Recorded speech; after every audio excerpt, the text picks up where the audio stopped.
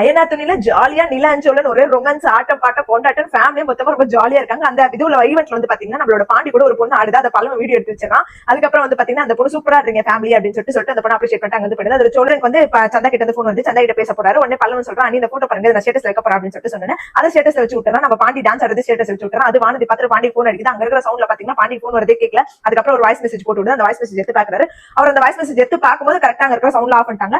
அதை வந்து சத்தமா எல்லாருமே கேட்டுறாங்க. அதுக்கப்புறம் வானதி இது நிலா வந்து சொல்றாங்க, நீங்க பாண்டி பேசிட்டு வாங்க அப்படின்னு சொல்லிட்டு சொல்றாங்க.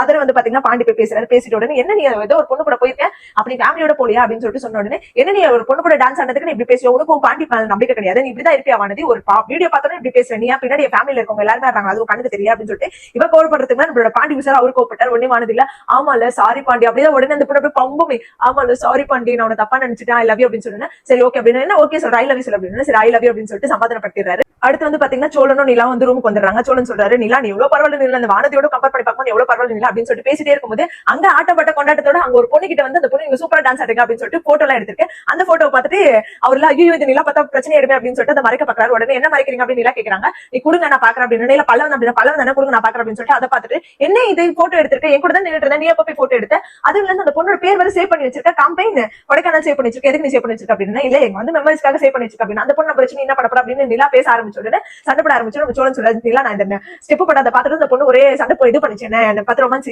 ஆயிடுச்சு ஃபெயில் ஆயிடுச்சு இம்ப்ரெஸ் ஆயிடுச்சு அப்படின்னு சொல்லிட்டு சொல்றாரு. உடனே நிலா சிரிக்க ஆரம்பிச்சிருக்காங்க. ஏன் நிலா சிரிக்கிற அப்படின்னா இல்ல இந்த ஸ்டெப் பார்த்தா எனக்கு சிரிப்பு வருது, அந்த பொண்ணு உங்களுக்கு என்ன பண்ணிருக்காங்க அப்படின்னு சொல்லி சொன்னேன். அப்படியா சரிவா நம்ம ரொமான்ஸ் பண்ணலாம் அப்படின்னு சொல்லிட்டு ரொமான்ஸ் பண்ண ஸ்டார்ட் பண்ணும்போது இந்த சைடு பாத்தீங்கன்னா நம்மளோட சேரன் வந்து சந்தா கிட்டே நம்மளோட பாண்டி வந்து வானதி கிட்டே பேசுவோம். பலனு ரொம்ப காண்டாயிடுது. என்ன இது ரெண்டு பேரும் இப்படி பேசிட்டு இருக்காங்க நம்மளால முடியாதா அப்படின்னு சொல்லிட்டு எழுந்து போயிட்டு நம்மளோட சோழனோட ரூமை தட்டுறாரு. அவர் வந்து அப்படியே ரொமான்ஸ்ல பண்ணிட்டே இருக்கும்போது வந்து தட்டுவே அண்ணன் அண்ணி அப்படின்னு தட்டுவே இவ எதுக்கு இங்க வந்து அப்படின்னு சொல்லிட்டு சொன்னா அப்படி சிரிச்சுனே உள்ள வர்றாரு. அதோட இந்த எபிசோட முடிச்சிருக்காங்க. ஆனா பாவங்க இந்த பல்லவ ரொம்ப தான் பண்றாங்க. நிலா சோழன் நிம்மதியாவே இருக்க விட மாட்டான். ஆனா இருந்தாலும் நாங்க எங்கனாலும் நாங்க ரொமான்ஸ் பண்ணுவோம் அப்படின்னு சொல்லிட்டு அவங்க ஒரு பக்கம் ரொமான்ஸ் பண்ணிட்டு ஜாலியா சுத்திட்டு இருக்காங்க.